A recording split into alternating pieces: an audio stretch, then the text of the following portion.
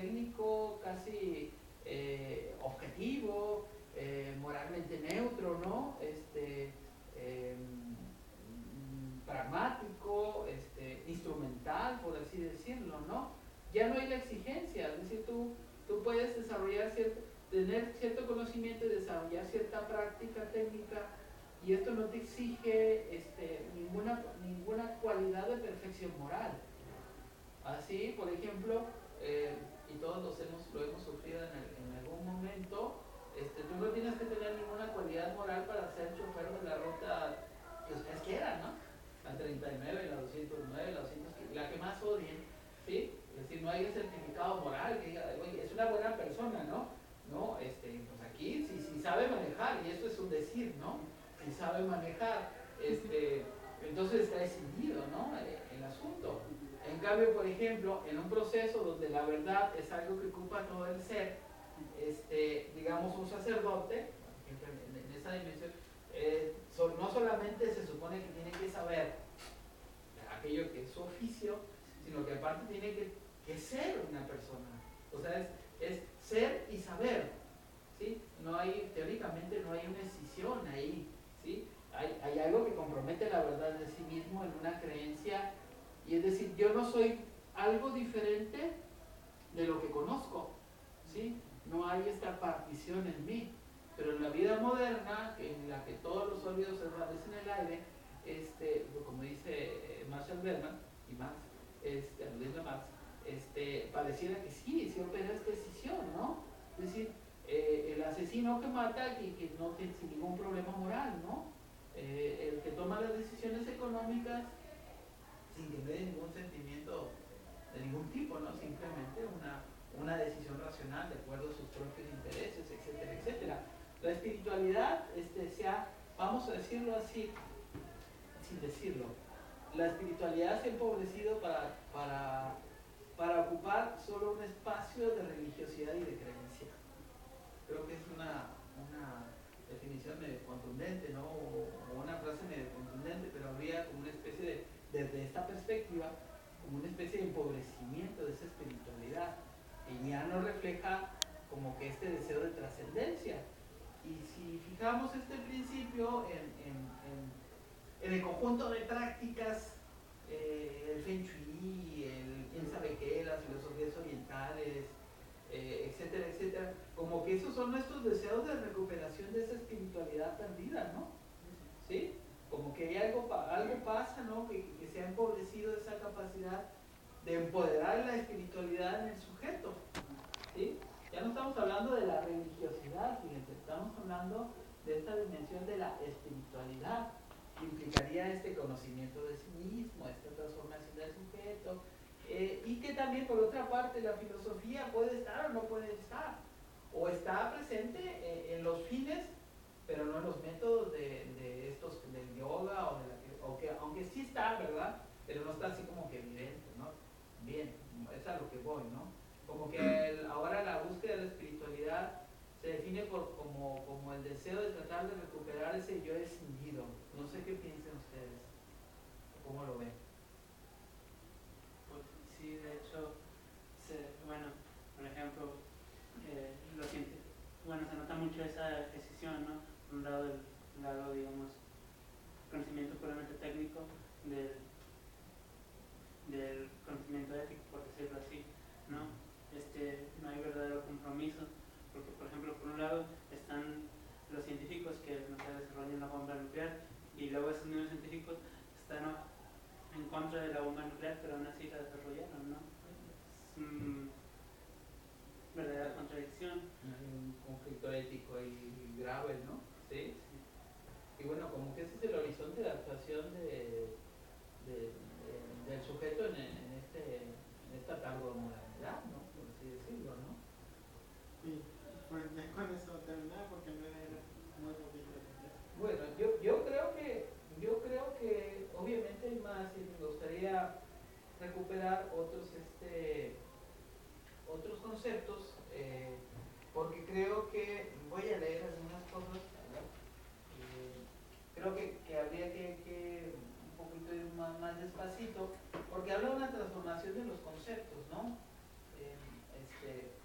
plantea, bueno, en la página 16, si tienen el texto, desde dónde surge esto y este proceso de transformación. Incluso refiere al oráculo de Delfos, etcétera, etcétera. Entonces voy a leer algunas cosas y voy a ir interpretando, ¿no? Casi desde el principio. Dice Foucault, querría tomar como punto de partida una noción sobre la que ya creo haber dicho algunas palabras el año pasado. Me refiero a la noción de inquietud de sí mismo. Con esta expresión intento traducir una noción griega muy compleja y rica, también muy frecuente, y que tiene una prolongada vigencia en toda la cultura griega, la de la epimeleia, que los latinos traducen como cura sui. Epimeleia es la inquietud de sí mismo, el hecho de ocuparse de sí mismo, de preocuparse por sí mismo, y obviamente que este ocuparse de sí mismo supone algunas condiciones. Dice, ustedes me dirán que sin duda es un poco paradójico elegir para estudiar las relaciones entre sujeto y verdad esta noción de epimeleia, a la cual la historiografía de la filosofía, ojo, la historiografía de la filosofía, que es como decir la historia oficial de la filosofía, no atribuyó hasta hoy una importancia excesiva. Es decir, queda ahí como un dicho, ¿no? Como algo dado, ¿no? Es un poco paradójico elegir esta noción cuando todo el mundo sabe, dice y repite, todo el mundo sabe, dice y repite, desde hace mucho tiempo que la cuestión del sujeto, cuestión del conocimiento del sujeto, cuestión del conocimiento del sujeto por sí mismo, se planteó originalmente en una fórmula y un precepto muy distintos, la famosa prescripción délfica del noti se auto, ¿sí? O el conócete a ti mismo. O sea, ¿cuál es la distancia que mediante esta inscripción que está en el oráculo de Delfos, conócete a ti mismo y ocúpate de ti mismo, ¿no? ¿Sí? Ten cuidado de ti mismo, que no es exactamente lo mismo. Eso habría que plantearlo, ¿no? Todo nos indica, dice que el notice autor es sin duda la fórmula fundadora de la cuestión de las relaciones entre sujeto y verdad, pero luego más adelante Foucault va a hablar de un desplazamiento de este sentido originario. Dice, me gustaría detenerme en esta cuestión de las relaciones entre la epimeleia y el geotud y la inquietud de sí y el notice autor, el conócete a ti mismo. Y luego hace una referencia a estudios, a estudios de historiadores que hablan sobre el asunto. Hay que tener presente esto, tal como se formuló de manera tan ilustre, el notice autor no tenía sin duda en su origen el valor que se le atribuyó más adelante. De hecho, indudablemente se inscribió en ese lugar en Delfos, que fue uno de los centros de la vida griega y luego un centro de la comunidad humana, pero con una significación que no era, por cierto, la de conócete a ti mismo, en el sentido filosófico de la expresión. Lo que prescribía en esa fórmula, ojo, no era el autoconocimiento ni el autoconocimiento como fundamento de la moral, ¿sí? Está la interpretación de Rocher, en la que recordaba que los preceptos délficos eran preceptos dirigidos a quienes iban a consultar al Dios y que había que leerlos como una especie de reglas, de recomendaciones rituales relacionadas con el acto mismo de la consulta, ¿sí? Y ustedes conocen los tres preceptos. El Meden Agé, nada en exceso, no pretendía designar, formular un principio de ética y medición de la conducta humana. Más bien quiere decir, tú que vienes a consultar, no hagas entonces demasiadas preguntas, solo hagas preguntas útiles, reduce lo necesario a las preguntas que quieres hacer. El segundo precepto, el de las EGE, las cauciones, quiere decir, cuando vengas a consultar a los dioses, no hagas votos, no te comprometas con cosas, obligaciones que no puedas honrar. Y el notice autor significaría, en el momento en que vengas a hacer preguntas al oráculo, examina bien en ti mismo las que vas a hacer, las que quieres hacer, y puesto que debes reducir al máximo la cantidad de tus preguntas y no plantear demasiadas, presta atención en ti mismo a lo que necesitas saber. Entonces, en este sentido, conócete de ti mismo tiene que ver también con una especie de ejercicio interior, ¿no? Pero para responder a una situación muy práctica y no tiene toda esta profundidad en ese momento, ¿no? Y luego habla de otras de otras interpretaciones, ¿no? Habla de un autor de Fradas, un libro, Le Thème de la propagande delphique, donde dice que el noticia autor no es en absoluto un principio de autoconocimiento, sino más bien los principios délficos, estos preceptos délficos que señalamos, serían imperativos generales de prudencia, ¿no? Lo cierto, dice Foucault, cualquiera sea en realidad el sentido que se haya dado y atribuido en el culto a Apolo el precepto délfico, conoce de ti mismo, es un hecho que cuando este precepto délfico aparece en la filosofía, lo hace alrededor de Sócrates, ¿sí? Como lo atestiguan Jenofonte y Platón. Cuando ese precepto délfico aparece, se le acopla, se le hermana, no todo el tiempo, pero sí varias veces, con el principio de preocúpate por ti mismo, ¿sí? Entonces, a partir de Platón, esto que tenía que ver con una fórmula ritual, es lo que quería puntualizar, se va desplazando hacia el lado de la inquietud moral, ¿no? De la cuestión del autoconocimiento, como dice en la página 20. El conócete a ti mismo aparece más claro en una serie de textos significativos en el marco más general de la epimeleia geotum, es decir, conoce a ti mismo en relación a la inquietud de sí mismo como una de las formas, de las consecuencias, una suerte de aplicación concreta, precisa y particular de la regla general. Debes ocuparte de ti mismo, no tienes que olvidarte de ti mismo, es preciso que te cuides. Y ese es el exhorto que continuamente va haciendo Sócrates a los habitantes de Atenas, ¿no? A los ciudadanos de Atenas, ¿no? Y este ocuparse de sí mismo, este conocerse a sí mismo y este ocuparse de sí mismo, tienen que ver con esta verdad que el sujeto debe buscar en sí mismo, ¿no? Una verdad que desde esta perspectiva platónica envuelve al todo el ser, o sea, esa verdad que decíamos en este sentido más amplio de lo espiritual, ¿sí? De lo espiritual. Una verdad que no solamente es útil, como dice Sócrates, a aquel que está dispuesto a atravesar este proceso también donde Sócrates actúa por mandato de la diosa, ¿no? Actúa como una especie de interlocutor, de maestro, en el arte de inquietar al otro sobre sí mismo, ¿no? Con una finalidad, una transformación. Aquí se está configurando en los diálogos platónicos, vemos que la intención socrática va en esa dirección. Es decir, este conocimiento y esta inquietud tienen como finalidad ulterior o principal la transformación del sujeto, de la manera en que el sujeto no solamente piensa, sino de la manera en que el sujeto vive, es decir, de lo que el sujeto hace. En ese sentido, en la apología, Sócrates justifica su oficio, ¿no? Habla de la utilidad y dice más bien, antes que castigarme me deberían de dar un premio, ¿no? Por esta labor que yo estoy haciendo, que es una labor en pro de la polis, en pro de la comunidad, ¿no? Que es moralmente positivo en el asunto, ¿no? Dice, en todo caso no hay que olvidar que en este texto de Platón, demasiado conocido, pero que es fundamental, es un texto bello, la apología, este se presenta como aquel que esencial, fundamental, originariamente, está haciendo una caracterización del filósofo, tiene como función, oficio y cargo el de incitar a los otros a ocuparse de sí mismos, a cuidar de sí mismos y a no ignorarse.